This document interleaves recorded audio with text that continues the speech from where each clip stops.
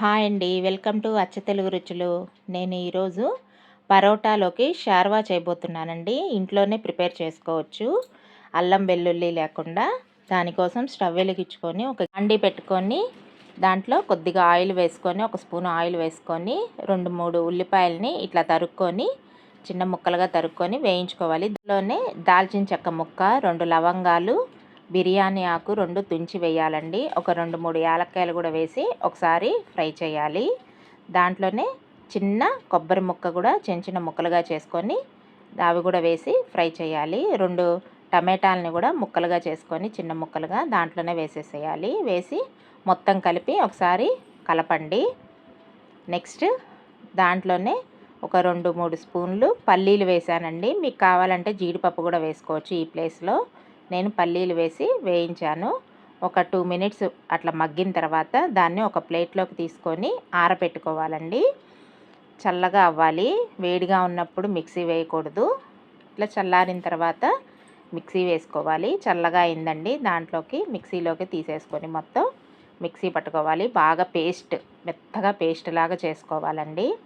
అవసరమైతే వాటర్ పోసుకొని పేస్ట్ లాగా చేసుకోవచ్చు. ఇది చూడండి, వీడియోలో చూపిస్తున్న విధంగా చేసుకోవాలి.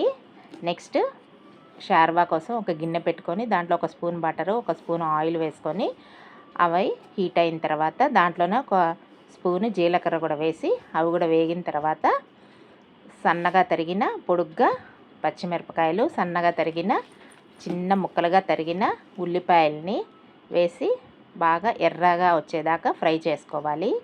దాంట్లోనే ఒక 1/2 స్పూను ధనియాల పొడి, 1/2 స్పూను జీలకర్ర పొడి కూడా వేసుకొని నెక్స్ట్ రుచికి సరిపడా సాల్ట్ కూడా వేసేసుకోవాలి. నెక్స్ట్ కొద్దిగా పసుపు వేసి కొంచెం కారం కూడా వేయాలండి. ఈ షార్వాకి కొంచెం కారం వేస్తేనే బాగుంటుంది. మీరు తినగలిగే కారం వేసుకోండి.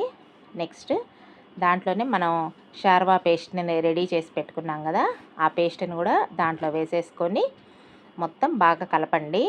షార్వా అంటే కొంచెం లూజుగా పల్చగా ఉంటుందండి. దాంట్లోనే కొంచెం వాటర్ పోసుకోండి. ఆ మిక్సీ జార్ని కడిగి ఆ వాటర్ పోస్తే సరిపోతుంది. చూడండి, ఇలా ఉండాలి. ఒక 10 మినిట్స్ బాగా మరగాలండి. చూడండి, ఇలా మరుగుతున్న టైంలో లాస్ట్కి కొత్తిమీర వేసేసి ఆఫ్ చేసేయచ్చు స్టవ్ని. ఇంతేనండి, పరోటాలోకి షార్వా రెడీ అండి. Thank you for watching. Please do like, share and subscribe to అచ్చ తెలుగు రుచులు.